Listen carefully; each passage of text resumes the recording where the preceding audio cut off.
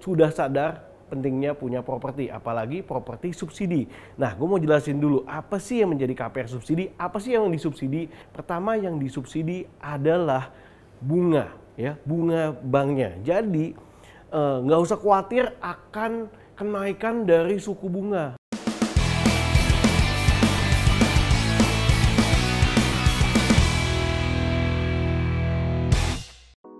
Hai Property People, ketemu lagi bersama gue Ruby Arman di program Kata Ruby.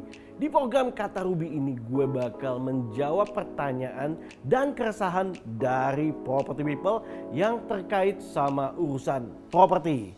Jangan khawatir, gue bakal jawabin pertanyaan kalian satu-satu pakai bahasa yang gampang dimengerti.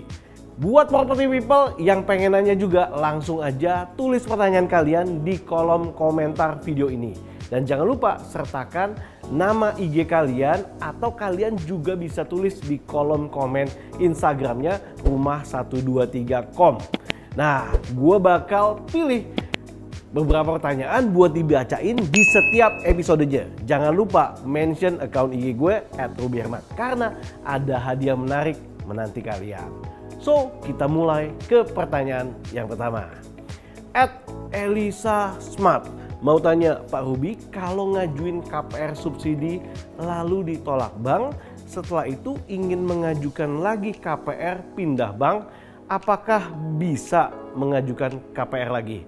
Oke, thank you buat pertanyaannya @Elisa Smart. Nah, bener banget nih, sudah sadar pentingnya punya properti, apalagi properti subsidi. Nah, gue mau jelasin dulu apa sih yang menjadi KPR subsidi, apa sih yang disubsidi. Nah, KPR subsidi adalah program dari pemerintah yang memberikan dukungan kepada masyarakat untuk bisa punya properti di masa muda. Nah, apa aja nih yang disubsidi?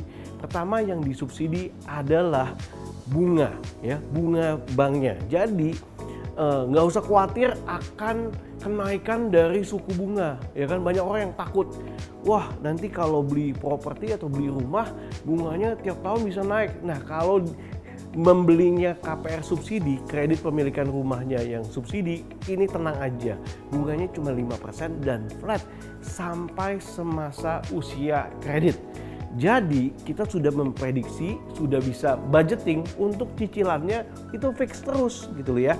Contoh ya, rumah di Bodetabek di tahun 2022 ini kurang lebih 168 juta harganya. Jadi bisa banget dong untuk beli rumah yang subsidi ini, dan cicilannya itu kurang lebih sekitar 1 jutaan ya.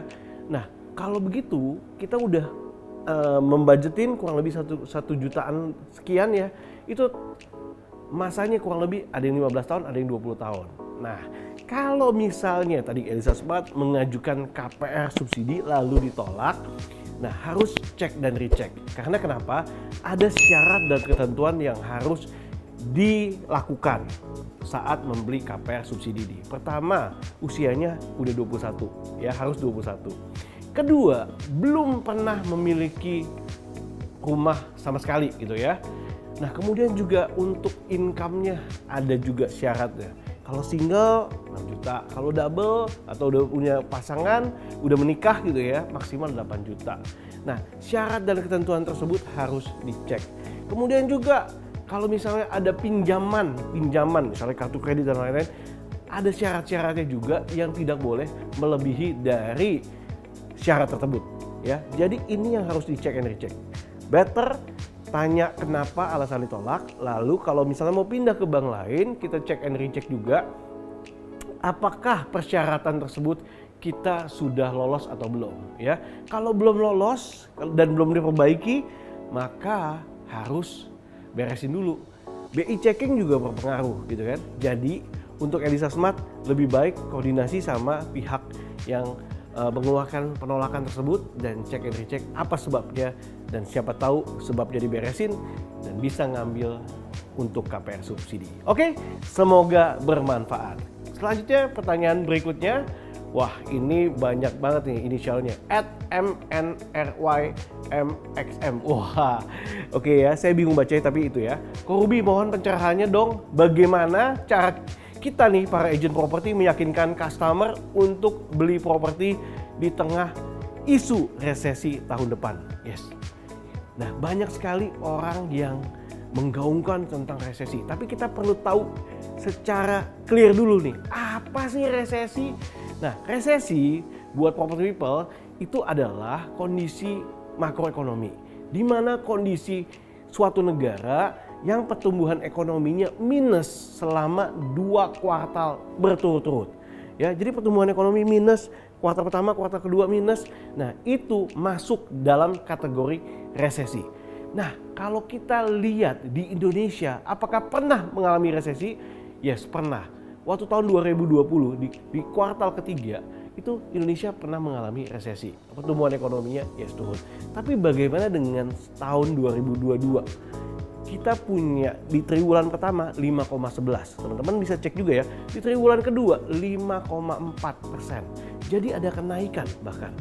Nah, kenapa sih pertumbuhan ekonomi bisa bertumbuh? Ya kan? Nah, kita harus tahu pertama sumber daya manusianya, SDM-nya ya kan itu banyak sekali yang produktif ya. Yang produktifnya ada 190 juta jiwa. Jadi sumber daya manusianya ini wow, luar biasa yang produktifnya. Dari 275 jiwa. Jadi kalau menurut saya di Indonesia ini saling membutuhkan. Ya kan, saling membutuhkan. Pasti kan ada yang misalnya bisnis makanan, ada yang bisnisnya minuman, ada yang bisnisnya rumah, ada yang bisnis lain. Itu saling berkaitan. Ya. Nomor 2, kita punya sumber daya alam yang luar biasa. Ya, perlu kita sadari bahwa Indonesia ini hutannya luas, bahkan masuk 10 besar yang terbesar ya di dunia. Kemudian lagi ada emas.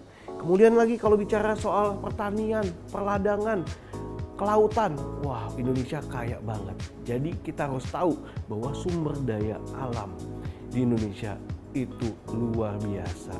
Nah, jadi teman-teman dalam menyingkapi bagaimana nih ya kan isu resesi, kita lihat dulu kondisinya Indonesia bagus-bagus saja. Dan kalau bilang oh ada yang PHK, jangan lupa ada PHK tapi juga ada perusahaan-perusahaan yang ekspansi gede-gedean. Jadi jangan lihat yang negatifnya terus, tapi kita bisa lihat yang positifnya. Dan buat teman-teman yang pelaku di agent property, carilah konsumen-konsumen yang bisnisnya lagi grow di 2022. Teman-teman bisa lihat di Instagram, kemudian juga lihat di website dan lain-lain. Bisnis apa nih yang lagi grow di tahun 2022? Bisnis digital lagi grow, komoditas lagi grow, ya kan? So kita bisa ngincer atau kita bisa menawarkan properti-properti ke bisnis-bisnis yang lagi grow. Ingat loh teman-teman, waktu 2020 kita juga mengalami resesi ya. Waktu itu kita juga punya pilihan, apakah kita diam aja atau kita terus beraksi untuk update skill kita ya, belajar. Teman-teman bisa juga belajar juga, lihat artikel-artikel di rumah123.com, lihat juga YouTube-nya rumah123.com, karena kita bisa belajar upgrade skill dan tahu bagaimana kita bisa memasarkan properti kepada segmen dan juga target yang tepat. So, jangan lupa untuk kita melihat sisi peluang daripada kita cuma mengandungi nasib dan lihat oh saya sini. Lebih baik kita upgrade skill kita dan lakukan yang terbaik. Oke, exciting banget nih saya. Kita lanjut ke pertanyaan berikutnya. @Indra Skill Sky. Bro Ruby, apakah surat dari notaris cukup kuat untuk pembeli kalau misalkan terjadi kecurangan dari pihak penjual? Oke, jadi saya mau share dulu nih Indra bahwa notaris adalah seorang yang merupakan pejabat ya, pejabat negara ya. Ini sebagai ya berkaitan sama hukum. Nah, setiap penjual dan pembeli pasti ada namanya kesepakatan. Namanya bisa akte jual beli dan juga kesepakatan perjanjian jual beli. Di mana di situ akan dicantumkan perjanjian apa saja ya, hak dan kewajiban baik dari si penjual dan juga si pembeli.